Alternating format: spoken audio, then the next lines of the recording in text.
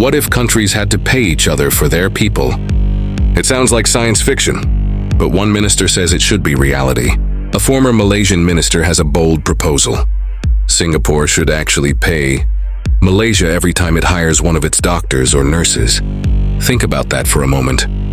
Malaysia spends years and millions training these professionals. Then once they're fully qualified, many of them cross the border to Singapore for higher pay and better working conditions. Singapore gains, Malaysia loses. So here's the question. Should Singapore really be sending money back to Malaysia as compensation? Or is this just the unavoidable price of living in a global economy where talent flows to wherever it's valued most? It's a radical idea. It challenges everything we think we know about migration, education, and fairness. And it forces us to ask, who truly benefits when a nation's best talent leaves? Here's what actually happened. Former Malaysian Minister Abdul Rahman Dahlan took to Facebook with a suggestion that instantly lit up the debate. He argued this: Malaysia spends huge amounts training medical professionals. Public universities, government subsidies, state-funded hospitals, all of it adds up. By the time a doctor or nurse is fully trained, Malaysia has invested years of resources into them. But then, many of these professionals leave. They cross the border to Singapore, often doubling or even tripling their salaries. Singapore gets world-class staff. Malaysia, meanwhile, loses both the talent and the money it spent developing them. Rahman's proposal is simple but explosive. He says don't stop them from leaving. Migration is their right. But at the very least, Malaysia should recover part of its investment. How? By introducing a levy on Singaporean hospitals that hire Malaysians. That way, Singapore gets the skilled manpower it needs.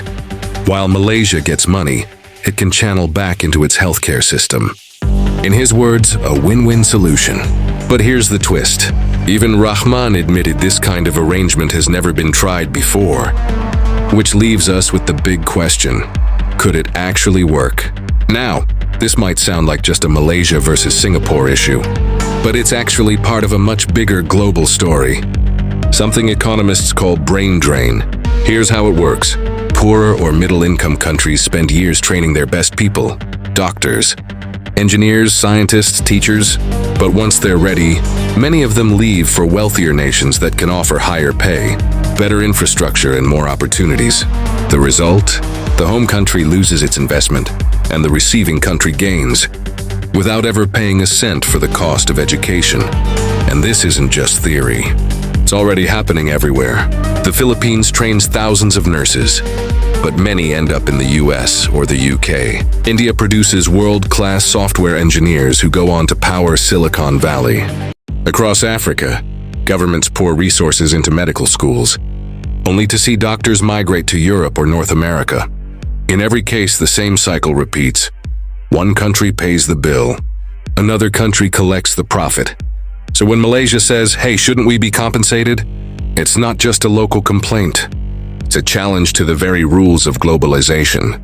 And here's where the debate really heats up. Should richer nations bear some responsibility for the talent they pull in? Or is this simply fair? Competition, the survival of the fittest, in a global marketplace of skills? So why is Singapore the biggest winner in this story? The answer is simple: demand, proximity, and money. Singapore has one of the most advanced healthcare systems in Asia. Its hospitals are modern, well-funded, and globally respected. But there's a problem. With a population of just 6 million people, Singapore doesn't produce nearly enough doctors and nurses to meet its own demand. The pipeline is simply too small. Now look across the border. Malaysia trains thousands of healthcare workers every year, but the salaries, they're far lower than what Singapore can offer. For a Malaysian nurse, moving just 1 hour away can mean doubling or even tripling their income, without needing a new language, a new passport, or even a drastic lifestyle change. It's the easiest upgrade imaginable. Same culture, same region, but a completely different paycheck. And this isn't just about money. Singapore also offers better working conditions, advanced facilities, and faster career progression. For ambitious professionals, it feels like the logical next step. So Singapore gains instantly: highly skilled, English-speaking, culturally familiar workers, ready to plug into its healthcare system. all without spending a dollar on their education. From Malaysia's perspective, it feels like training players, only to have them score goals for the other team. The problem with compensation. Now here's where things get complicated. On paper, Malaysia's proposal sounds neat and tidy. Singapore hires, Malaysia gets paid back. But in practice, it's a legal, ethical, and logistical nightmare. First, the legal question. Can one country really charge another for hiring its citizens? Workers aren't government property. They're individuals, and under international law, they have the right to move wherever they want. So how do you enforce a system that treats talent like a bill to be collected? Second, the practical question. How do you even calculate the cost of training? Do you count tuition subsidies? The cost of public hospitals? The salaries of professors who taught them? Education isn't a receipt with a clear number at the bottom.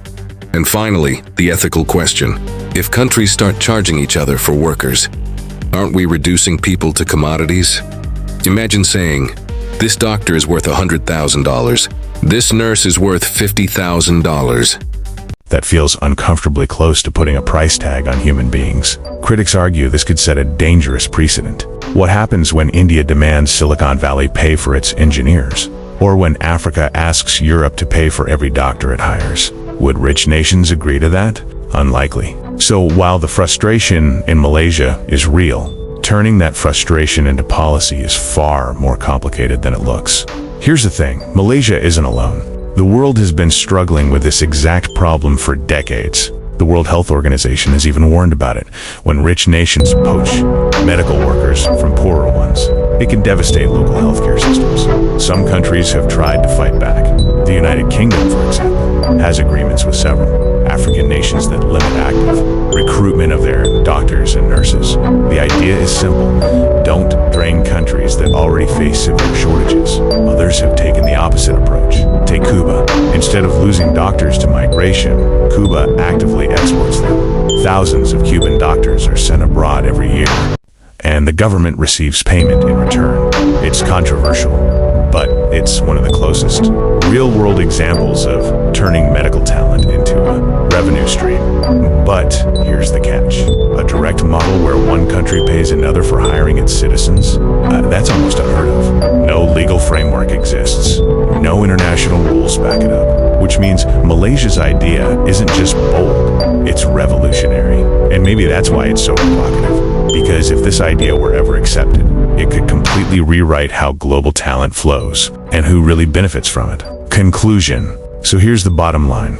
Malaysia feels it's paying the bill while Singapore enjoys the meal. And Abdul Rahman's idea, making Singapore pay for Malaysian doctors and nurses, forces us to ask a bigger question.